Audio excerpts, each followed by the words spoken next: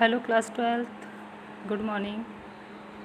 Students, in last term we have to study about the order of reaction and calculation order of reaction, and here are the some example of reactions of different order. First है आपकी zero order reactions. The rate is independent of the concentrations of the reacting species. These reactions are mostly of heterogeneous nature, carried on the catalyst surface. यानी कि वो reactions जिनकी rate जो है वो reactant की कंसंट्रेशन पर डिपेंड नहीं करती है, वो आपकी जीरो ऑर्डर रिएक्शंस कहलाती हैं. ओके, जीरो ऑर्डर रिएक्शंस अधिकतर हेट्रोजीनियस नेचर में होती है या वे रिएक्शंस होती हैं जो कैटलिस्ट की सरफेस पर कराई जाती हैं. ओके, यानी कि इन रिएक्शंस का जो रेट होता है वो रिएक्टेंट की कंसंट्रेशन पर डिपेंड नहीं करता है. एग्जाम्पल, फर्स्ट एग्जाम्पल है formation of decomposition of ammonia, यानी कि 2NH3 एरो पर है, यहाँ पर एक प्लेटिनम कैटालिस्ट लिया है. ओके, और इसका डिकम्पोजिशन कराया है तो ये नाइट्रोजन और हाइड्रोजन में डिकम्पोज हो जाती है. इसका रेट कैसे लिखा जाता है? रेट है इसका R=K कंसंट्रेशन ऑफ NH3. यहाँ पर जो NH3 की पावर में जीरो है वो जीरो इसलिए है क्योंकि ये जो रेट है R वो NH3 की कंसंट्रेशन पर डिपेंड नहीं करता, यानी कि इसकी कंसंट्रेशन यहाँ कितनी है, जीरो मानी गई है. क्योंकि रेट जो है जब कंसंट्रेशन पर डिपेंड नहीं कर रहा है तो R=K NH3 की पावर ज़ीरो, और जब NH3 की पावर ज़ीरो यहाँ हो गई तो R इक्वल हो गया आपके K के. N क्या होता है? N होता है ऑर्डर ऑफ रिएक्शन. तो यहाँ पर जो N की वैल्यू है वो जीरो है. क्यों? क्योंकि ये जीरो ऑर्डर रिएक्शंस है. ओके, इस रिएक्शंस के लिए स्टूडेंट हम मोलिकुलरिटी भी निकाल सकते हैं. तो मोलिकुलरिटी कितनी है? M है इसके लिए 2. क्यों? क्योंकि यहाँ पर 2 मोलिक्यूल्स ऑफ NH3 के क्या हो रहे हैं, डिकम्पोज हो रहे हैं. तो इसलिए इसकी मोलिकुलरिटी 2 है और जो इसकी ऑर्डर है वो जीरो है. सेकेंड एग्जाम्पल है इसका 2HI एरो पर आप हीट का साइन लेंगे और कैटलिस्ट के लिए यहाँ पर गोल्ड AU यूज़ किया गया है. ये डिकम्पोज हो जाता है H2+I2 में. इसके लिए रेट R=K HI की कंसंट्रेशन जीरो, क्योंकि यहाँ पर भी रेट क्या है, HI की कंसंट्रेशन पर डिपेंड नहीं कर रहा है. इस रिएक्शन के लिए N=0 है और M=2 है. हेयर आर सेकेंड एग्जाम्पल है आपका H2+Cl2 एरो H यानी कि सनलाइट की प्रेजेंस में होता है और बनाता है 2HCl. इसका जो रेट है वो इक्वल होता है K H2 की कंसंट्रेशन जीरो और Cl2 की भी कंसंट्रेशन जीरो. यानी कि here are a 2 reactant but the rate of this reactions is independent of both concentration. ठीक है, यानी कि इस रिएक्शन का जो रेट है वो दोनों ही रिएक्टेंट की कंसंट्रेशन से क्या है, इंडिपेंडेंट है, इस पर डिपेंड नहीं कर रहा है. तो सो रेट हो गया आपके K की. Where K what is K in here? K is a rate constant. Okay, तो इस रिएक्शन के लिए N=0 है और M की वैल्यू कितनी है, 2 है, यानी कि मोलिकुलरिटी 2 है. These are the zero order reaction in which rate is independent to the molar concentration of the reactant. Okay. Next है first order reaction. First order reactions क्या है? The reaction rate depend on the concentration of one reacting species. यानी कि वे reactions जिनका rate जो है वो केवल एक ही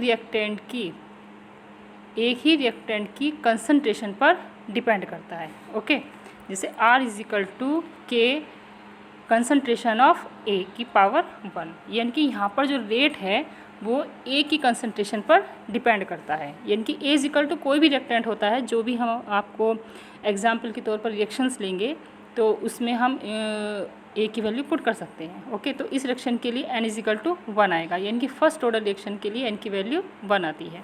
hair are some example of first order reactions. First है NH4NO2 एरो, ये डिकम्पोज हो गया N2+2H2O. तो इसका जो रेट है वो R= हो जाता है K NH4 and concentration NH4NO2. ठीक है, तो इस यहाँ पर क्या है, एक ही रिएक्टेंट है और ये एक ही रिएक्टेंट पर इसका रेट डिपेंड करता है। तो ये आपकी फर्स्ट ऑर्डर रिएक्शन होगी। इस रिएक्शन के लिए स्टूडेंट ऑर्डर भी 1 है और मोलिकुलरिटी यानी कि m की वैल्यू भी 1 है। सेकेंड एग्जाम्पल N2O5, ये डिकम्पोज हो जाता है 2NO2 प्लस हाफ O2 में। इसका भी रेट आप लिख सकते हैं R = K कंसनट्रेशन N2O5। ये भी आपका फर्स्ट ऑर्डर यानी कि N की वैल्यू इसके लिए 1 है और M की वैल्यू इसके लिए 1 है, यानी कि मोलिकुलरिटी और ऑर्डर इस रिएक्शन के लिए दोनों ही सेम है। नेक्स्ट H2O2 एरो डिकम्पोज हो गया H2O प्लस हाफ O2 में। इसके लिए R की वैल्यू यानी कि रेट = होगा K H2O2 की कंसनट्रेशन H2O2। इसके लिए भी मोलिकुलरिटी 1 है और ऑर्डर भी 1 ही रहेगा। नेक्स्ट SO2Cl2 डिकम्पोज हो गया ये SO2 प्लस Cl2 में। R = K SO2Cl2, यानी कि इसका भी रेट जो है वो केवल एक ही रिएक्टेंट की कंसंट्रेशन पर डिपेंड करता है। तो इन सभी रिएक्शंस के लिए मोलिकुलरिटी की वैल्यू भी 1 है और ऑर्डर भी 1 है, इसलिए ये क्या है, फर्स्ट ऑर्डर रिएक्शंस है। नेक्स्ट एग्जाम्पल दिया हुआ है यहाँ पर इस एग्जाम्पल में स्टार लगा हुआ है, ये हम आगे एक्सप्लेन करेंगे कि यहाँ हमने स्टार क्यों लगाया। CH3COO2H5 प्लस H2O, इसका क्या हो गया, यहाँ पर हाइड्रोलाइसिस हो गया है, तो ये बन जाता है CH3COOH प्लस C2H5OH। इसका जो रेट है वो केवल आपके CH3COO यानी कि इथाइल इथेनॉइड के कंसंट्रेशन पर ही डिपेंड करता है, वाटर की कंसंट्रेशन पर डिपेंड नहीं करता है। तो यहाँ पर 2 रिएक्टेंट है, एक क्या है, एक तो इथाइल इथेनॉइड है, ठीक है, और यानी कि एस्टर हम जिसको बोलते हैं, और एक क्या है यहाँ पर H2O है। लेकिन ये क्या है, केवल CH3COO2H5 की कंसंट्रेशन पर ही इसका रेट डिपेंड करता है, वाटर की कंसंट्रेशन पर डिपेंड नहीं करता। तो इसलिए इसका जो रेट है वो इक्वल हो जाता है K CH3COO2H5 यानी कि कंसंट्रेशन CH3COO2H5 की पावर 1 पर और कंसंट्रेशन H2O की पावर 0 पर। तो इस रिएक्शन के लिए स्टूडेंट N की वैल्यू ऑर्डर तो 1 आती है लेकिन मोलिकुलरिटी 2 आती है। ओके, इसको हम लास्ट में डिस्कस करेंगे कि H2O यहाँ पर 0 क्यों हुआ। ओके, और इसकी मोलिकुलरिटी 2 है लेकिन जो ऑर्डर N है वो 1 क्यों है। ओके, नेक्स्ट है second order reactions. Second order reaction rate depend upon the concentration of 2 reacting species. ठीक है, यानी कि जिस रिएक्शन का रेट 2 रिएक्टेंट की कंसंट्रेशन पर डिपेंड करता है वो आपकी सेकंड ऑर्डर रिएक्शंस होती है। ये जो 2 रिएक्टेंट्स हैं ये सेम भी हो सकते हैं और डिफरेंट भी हो सकते हैं। तो इसके लिए एक जनरल वैल्यू है R = K कंसंट्रेशन A⁻²। ठीक है, here are some example of second order reactions. 2HI decompose हो गया H2 प्लस I2 में। इसके लिए R = K कंसंट्रेशन HI⁻²। इस इक्वेशन के लिए M = 2 है और N की वैल्यू भी 2 है। सेकेंड है CH3COO2H5 plus NaOH arrow CH3COON plus C2H5OH। तो इसके लिए R = हो जाता है K कंसंट्रेशन CH3COO2H5 की पावर 1 और कंसंट्रेशन NaOH की पावर 1। तो यहाँ पर जो R है वो 2 कंसंट्रेशन, ये R जो है वो 2 रिएक्टेंट की कंसंट्रेशन पर डिपेंड करता है। So this is A second order reaction और इस रिएक्शन की जो मोलिकुलरिटी है M = वो भी 2 ही है। ओके, एंड लास्ट आता है आपका pseudo order reactions. Pseudo order reactions क्या है? The elementary reactions for which order and molecularity both are different are called pseudo order reactions. यानी कि वो एलिमेंट्री रिएक्शंस जिन रिएक्शंस के लिए मोलिकुलरिटी और ऑर्डर दोनों ही डिफरेंट होते हैं वो आपकी सीडियो ऑर्डर रिएक्शंस कहलाती है। Okay, here are a general example A + B + C arrow, ये प्रोडक्ट में बदल गया। तो इस रिएक्शन का जो रेट है वो डिपेंड करता है यानी कि R = K concentration A⁻1 concentration B⁻0 and concentration C⁻1। तो यहाँ पर B की पावर तो 0 हो गई, यानी कि जो रेट है वो B की पावर पर यानी कि कंसंट्रेशन ऑफ B यानी कि B रिएक्टेंट की कंसंट्रेशन पर डिपेंड नहीं करता है, केवल A की कंसंट्रेशन और C की कंसंट्रेशन पर डिपेंड करता है। तो इस रिएक्शन के लिए N की वैल्यू 2 आ गई बट M की वैल्यू 3 आ गई, यानी कि ऑर्डर और मोलिकुलरिटी दोनों ही डिफरेंट है। एग्जाम्पल है इसका हाइड्रोलाइसिस ऑफ एस्टर, जो कि आपका ऊपर दिया गया है जिस पर स्टार लगा हुआ है, ठीक है। तो इस रिएक्शन को मैंने इसलिए यहाँ पर स्टार लगाया है क्योंकि इस रिएक्शन के लिए मोलिकुलरिटी और ऑर्डर दोनों की वैल्यू डिफरेंट है। ये फर्स्ट ऑर्डर रिएक्शन होने के बावजूद भी क्या कहलाती है, स्यूडो ऑर्डर रिएक्शन के अंडर में आती है, ठीक है। तो इसके लिए ऑर्डर और मोलिकुलरिटी दोनों डिफरेंट हो गई। यहाँ पर एक नोट पॉइंट दिया हुआ है, this is known as a pseudo first order reaction. हम इसको क्या बोल सकते हैं, फर्स्ट ऑर्डर रिएक्शन तो बोल सकते हैं, लेकिन क्या है कि मोलिकुलरिटी और जो वो है आपका फर्स्ट ऑर्डर, हम तो रिएक्शन तो इसको बोल ही रहे हैं, लेकिन मोलिकुलरिटी और ऑर्डर इसके लिए डिफरेंट हो गए तो हम इसको स्यूडो फर्स्ट ऑर्डर रिएक्शंस बोल सकते हैं, या हम इसको स्यूडो बाई मोलिकुलर भी बोल सकते हैं, okay.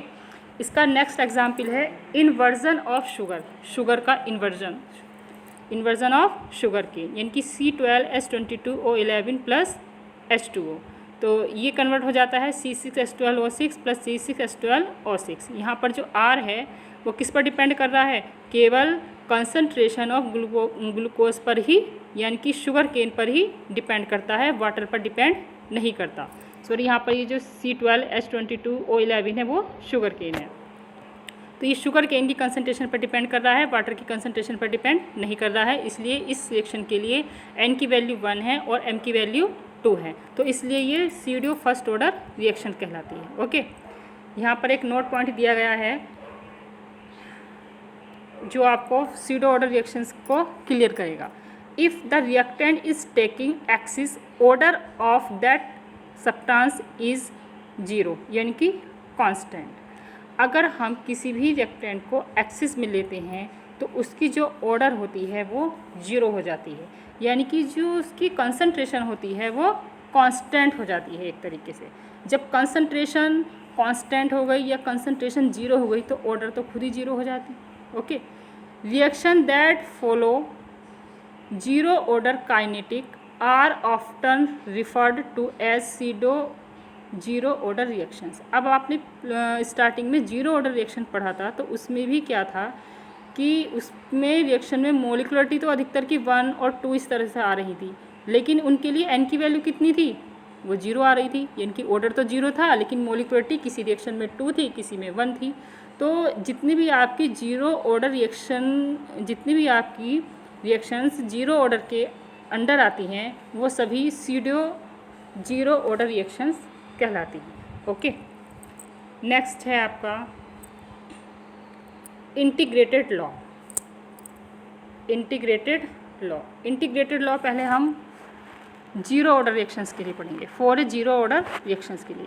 Student you know that कि 0 रिएक्शन ऑर्डर क्या होती हैं, which is independent from the concentration of reactant, जो कि कंसंट्रेशन की रिएक्टेंट पर डिपेंड नहीं होती हैं, जिन रिएक्शन का रेट, ओके। तो अगर हम इस रिएक्शंस का रेट लिखना चाहें, यानी कि ROR, यानी कि rate of reaction is equal to K concentration A की पावर 0, यानी कि A किस में कन्वर्ट हो रहा है, प्रोडक्ट में। इस जनरल रिएक्शंस के लिए अगर हम ROR निकालते हैं तो क्या होगा, K कंसंट्रेशन ऑफ A की पावर 0। यहाँ यानी कि यहाँ पर जो रेट है वो A की कंसंट्रेशन पर डिपेंड नहीं कर रहा है, तो इसके लिए यहाँ पर R इज इक्वल टू हो जाता है K, यानी कि कांस्टेंट। यहाँ पर K क्या है, रेट कांस्टेंट। अब अगर हम 0 ऑर्डर रिएक्शन के लिए ग्राफ प्लॉट करें, किस किस के बीच में ग्राफ, एक तो रेट और कंसंट्रेशन के बीच में और एक रेट और टाइम के बीच में, तो हमारा ग्राफ कैसा मिलता है। अगर स्टूडेंट हम रेट और कंसंट्रेशन के बीच में ग्राफ प्लॉट करते हैं तो ये हमें स्ट्रेट लाइन प्राप्त होती है। क्यों, क्योंकि जो रेट होता है वो 0 ऑर्डर रिएक्शन में कंसंट्रेशन के इंडिपेंडेंट होता है। हम कंसंट्रेशन को इंक्रीज़ करें या डिक्रीज़ करें, रेट पर कोई इफेक्ट नहीं पड़ता, यानी कि रिएक्शन जो है वो जिस स्पीड से चल रही है वो उसी स्पीड से चलेगी। हम कंसंट्रेशन बढ़ा दें या घटा दें, कंसंट्रेशन 0 हो जाएगी तब भी, कम हो जाएगी तब भी वो उसी रेट से चलेगी, ठीक है। तो यहाँ पर क्या है, रेट जो है वो कंसंट्रेशन पर डिपेंड नहीं करता है, तो इसलिए हमें एक स्ट्रेट लाइन ग्राफ मिलता है। अगर हम रेट और टाइम के बीच में ग्राफ प्लॉट करते हैं तो भी यही है कि जो टाइम के साथ है, टाइम के साथ क्या हो रही है, कंसंट्रेशन तो डिक्रीज़ हो रही है, लेकिन उसका इफेक्ट क्या हो रहा है, रेट पर नहीं पड़ रहा है। तो टाइम बढ़ने पर भी रेट जो है वो इंडिपेंडेंट रहती है किसके, टाइम के, यानी कि रेट और टाइम के बीच में ग्राफ प्लॉट करने पर भी हमें एक स्ट्रेट लाइन मिलती है। Rate is independent of concentration and rate is also independent of time. Okay, अब इस जीरो ऑर्डर रिएक्शन के लिए हम एक इंटीग्रेटेड लॉ देते हैं, ठीक है। एक जनरल इक्वेशन कंसिडर कीजिए, ए किस में कन्वर्ट हो गया है, पी में। इस रिएक्शन के लिए आर इज इक्वल टू होगा के कंसंट्रेशन ए की पावर 0। ओके स्टूडेंट, तो आर इज इक्वल टू, यानी कि ये जो हमने रेट लिखा है इस रिएक्शन के लिए, हम इस रेट को किसी दूसरी फॉर्म में भी लिख सकते हैं, जैसे हमने पहले बताया था कि एवरेज रेट निकालना है, या हमें जो डी की फॉर्म में हम रेट लिखते हैं उसके लिए। तो इसके लिए हम इस रेट को ऐसे भी लिख सकते हैं, R is equal to minus d concentration A with respect to time. Okay, ये हम रेट लिख सकते हैं इसमें, और ये किसके इक्वल हो जाता है, के कंसंट्रेशन ए की पावर 0 के। इस रिएक्शन को हम बोलते हैं differential equation for zero order reactions. Okay, अब क्या करना है हमें कि इस इक्वेशन को हमें अरेंज करना है।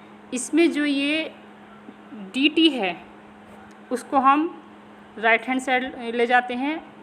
ओके, या हम पहले एक स्टेप और करते हैं कि इस स्टेप में हमने क्या किया है कि a की पावर तो हमारी 0 हो गई है, तो ये तो 0 है ही, तो इसको हम यहाँ से हटा देते हैं, तो ये बन जाता है minus d concentration of a upon dt is equal to के।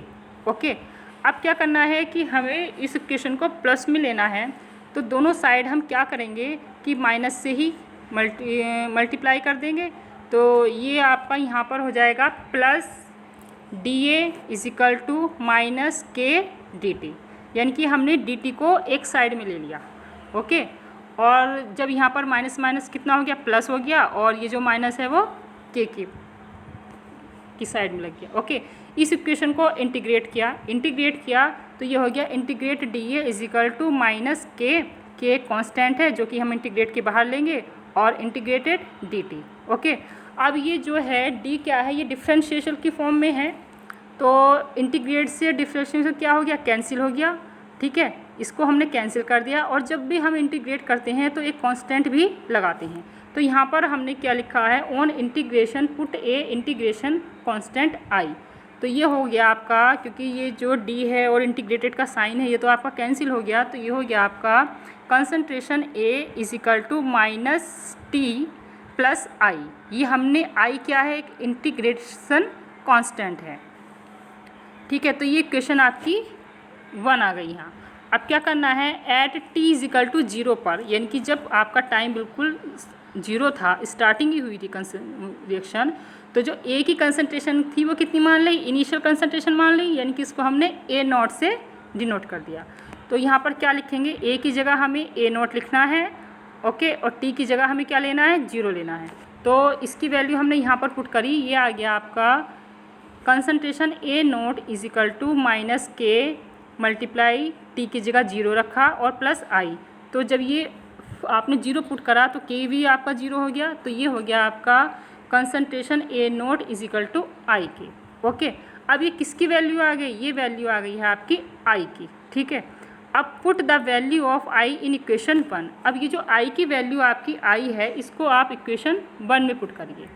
ठीक, तो ये आ गया आपका concentration A is equal to minus K T plus concentration A note.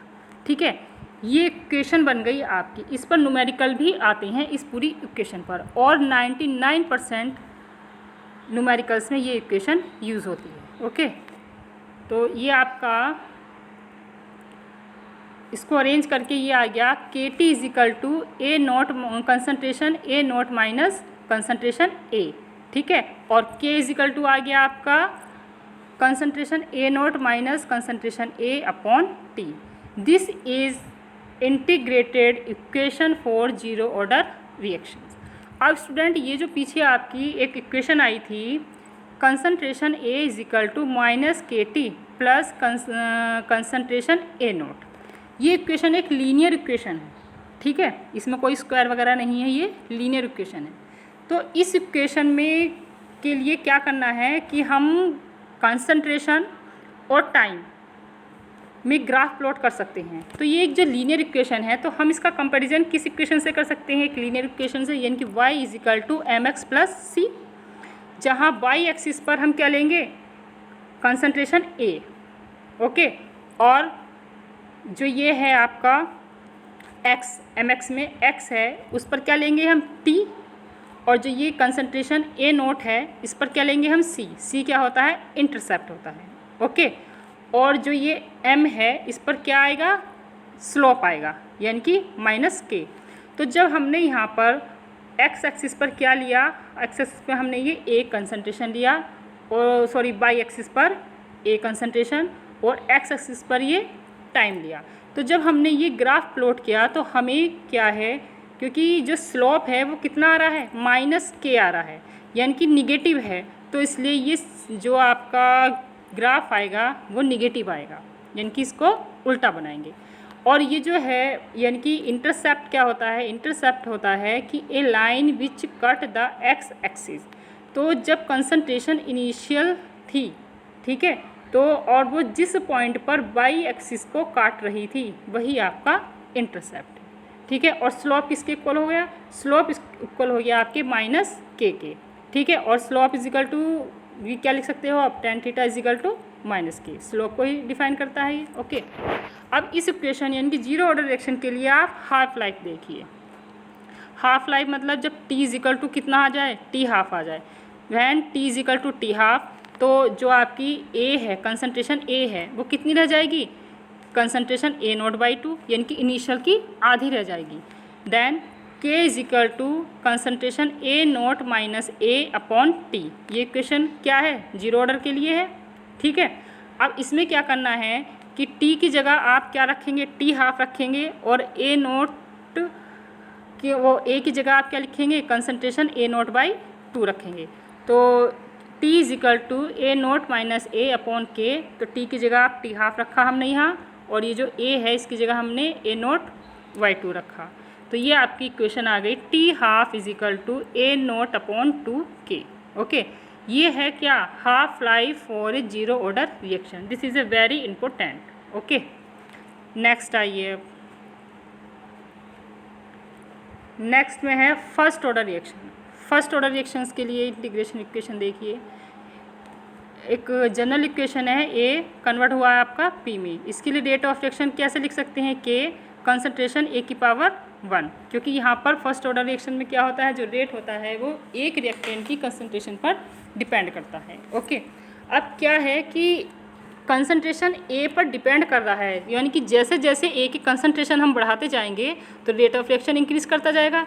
तो इसके लिए हम एक ग्राफ प्लॉट करते हैं rate of reaction and concentration of reactant के बीच में।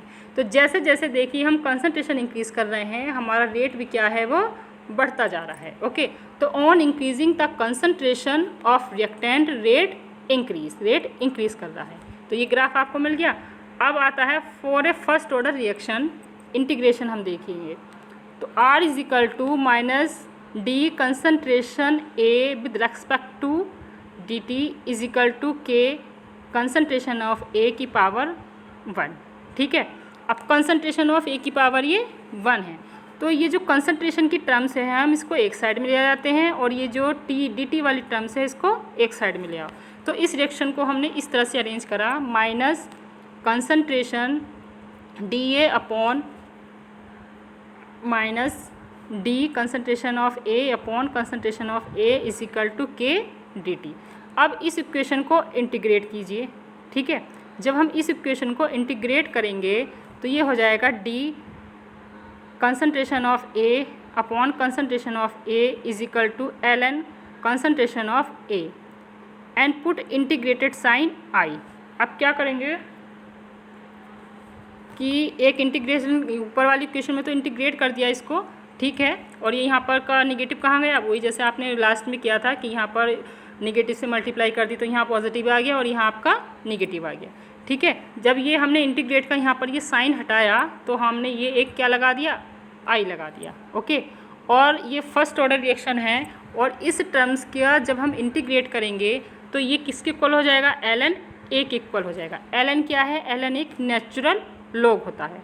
तो इसको इधर ले आइए, ln A is equal to हो जाएगा माइनस KT प्लस I, यानी कि इंटीग्रेटेड का साइन हमने लगा दिया और ये D यहाँ से हट जाता है। अब क्या करना है, ये I की वैल्यू यहाँ आ गई है, तो at T is equal to 0 पर और A is equal to A0 पर, तो वैल्यू रखिए ln A concentration A0 is equal to minus K multiply 0 plus I।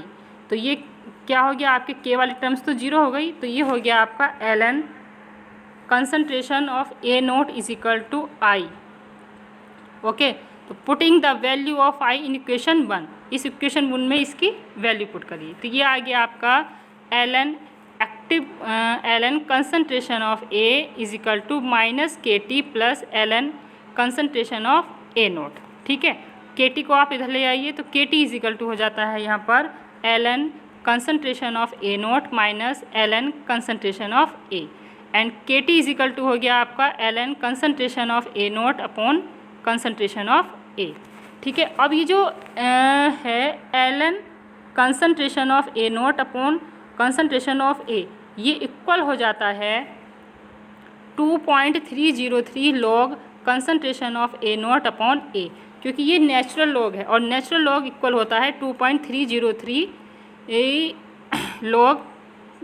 Log के, यानी कि जब हम ln को लॉग में कन्वर्ट करेंगे तो 2.303 इससे मल्टीप्लाई होती है। ओके, तो ये आपका आ गया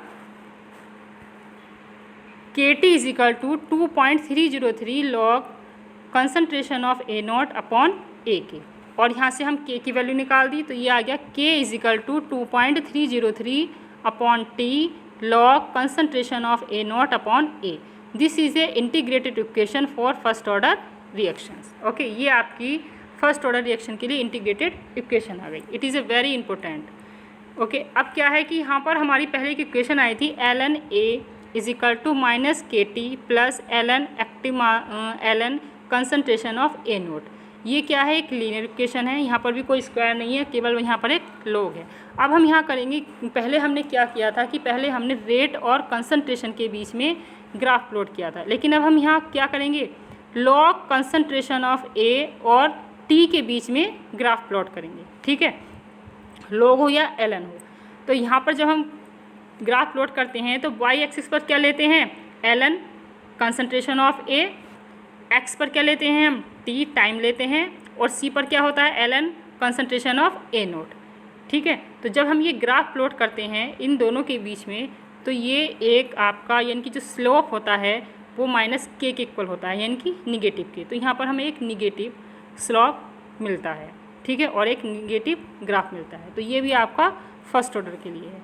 फर्स्ट ऑर्डर और जीरो ऑर्डर के ग्राफ में केवल इतना ही डिफरेंस होता है कि यहाँ पर हम ln कंसनट्रेशन ऑफ A लेते हैं और एक्स एक्सिस पर T लेते हैं, यानी कि लॉग कंसनट्रेशन या ln कंसनट्रेशन के बीच में और टाइम के बीच में हम graph plot first order reaction के लिए करते हैं, और केवल कंसनट्रेशन और टाइम के बीच में ग्राफ हम जीरो ऑर्डर के लिए करते हैं। ठीक है, इसी इक्वेशन के लिए आप हाफ लाइफ देखिए, इसी में क्या वैल्यू करनी ऊपर रखनी है कि T की जगह आपको T हाफ रखना है और A की जगह आपको A0/2 रखना है। तो T is equal to 2.303 upon K log concentration of A0 upon concentration of A। तो ये आपका हो जाता है T half is equal to 2.303 upon K log concentration of A0 upon concentration of A0/2। ठीक है, तो ये कंसनट्रेशन A0 से A0 आपकी कैंसिल हो जाती है और ऊपर क्या बच जाता है 2, तो ये हो जाता है T half is equal to 2.303 upon K log 2, और log 2 की वैल्यू क्या होती है, log 2 की वैल्यू होती है आपकी 0.3010। तो ये आपका कैलकुलेट करके आ जाता है T half is equal to 0.693 upon K। This is a half life equation for a first order reaction. It is a very important. Okay, next यहाँ पर इन दोनों के लिए कुछ न्यूमेरिकल दिए गए हैं जो आपको करने हैं। एक मैंने यहाँ पर सॉल्व करके दिखाया गया है, बाकी आपको 2 ये खुद करने हैं।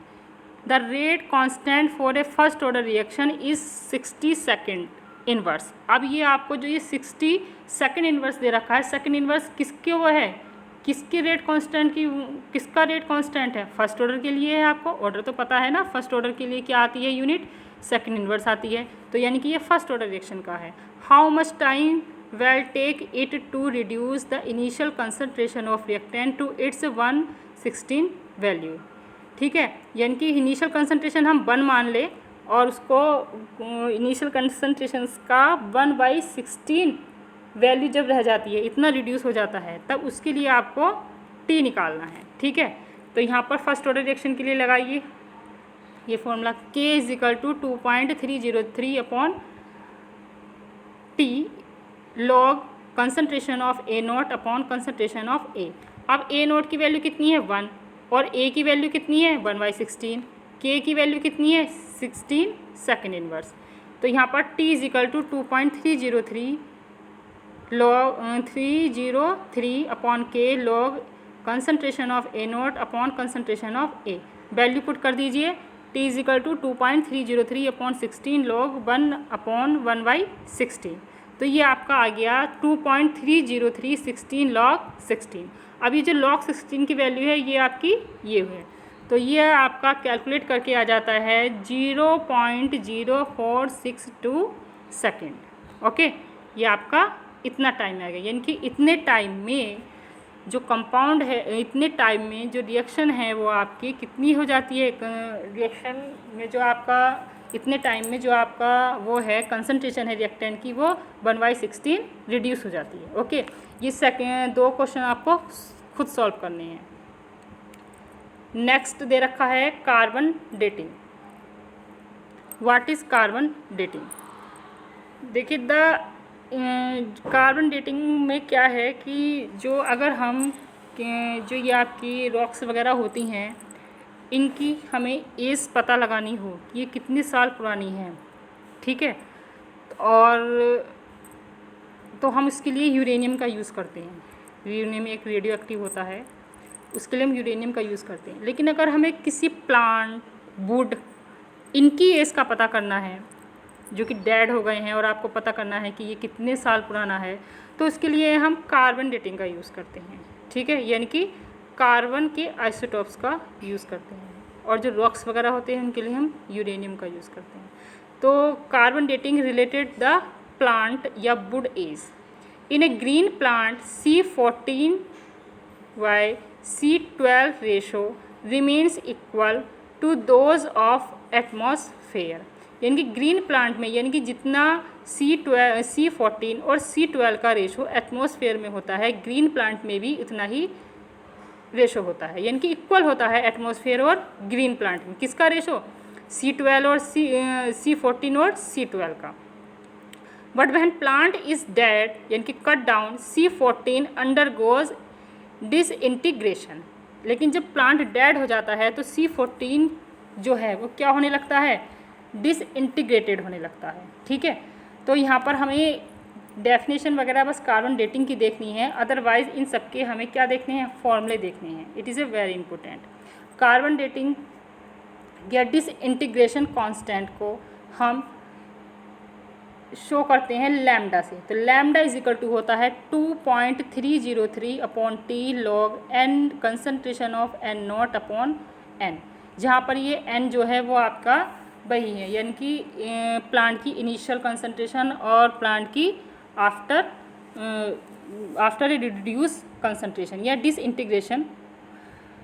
तो ये आपके लिए ये फॉर्मूला है, जहाँ पर लैम्डा डिसइंटीग्रेशन कांस्टेंट है। ओके, ये हमें यहाँ सॉल्व वगैरह नहीं करना है, बस डायरेक्टली आपको फॉर्मूला देखना है। या हम लिख सकते हैं इसको lambda = 2.303 upon T log C14 in living plant upon C14 in dead plant. Okay, ये भी सेम फॉर्मूला है। इसके लिए हम टी की वैल्यू भी निकाल सकते हैं। T = 2.303 upon lambda log concentration of N0 upon n। ठीक है, और ये जो सॉल्व करके आ जाता है ये इक्वल हो जाता है लैम्डा = 0.693 अपॉन टी हाफ के। ठीक है, क्योंकि अगर हमें इसका हाफ लाइफ पीरियड पता करना है तो हम टी की जगह क्या रख सकते हैं? टी हाफ पे रख सकते हैं। तो ये लैम्डा = हो जाता है 0.693 अपॉन टी हाफ। इसके लिए एक यहाँ पर न्यूमेरिकल दिया गया है, इसको देख लीजिए। The half life of A radio active decay of C14 carbon is 5730। ठीक है, यानी कि टी हाफ दिया गया है, कितना है 7530। An a archaeological artifact contain wood that had only 80% of the C14 in living tree, estimate the age of the plant, यानी कि हमें प्लांट की एज का पता करना है। तो lambda is equal to 2.303 upon T log concentration of N0 upon N। तो यहाँ पर लैम्डा की वैल्यू क्या है, हमें लैम्डा इज इक्वल टू क्या होता है, लैम्डा इज इक्वल टू देखिए ऊपर ये रहा 0.693 upon T half. T half उसने दे रखा है, टी हाफ कितना दे रखा है, टी हाफ दे रखा है 5730। तो यहाँ पर हम क्या रख सकते हैं, लैम्डा की जगह ये रख सकते हैं, वैल्यू पुट कर सकते हैं। ओके, अब ये 2.303 upon T log initial concentration 100 मान लीजिए, क्योंकि जब परसेंटेज दिया गया है, और बाकी कितनी है जो आपकी आफ्टर रिड्यूस या डीके वाली है वो 80% है, तो 100/80 लिख दिया। तो ये आपका सॉल्व करके इतना आया। उसके बाद आपने ये वैल्यू पुट करी यहाँ पर, ठीक है। तो इसके लिए T इज इक्वल टू निकल कर आ जाता है 1845 ईयर। ओके, नेक्स्ट है एवरेज लाइफ।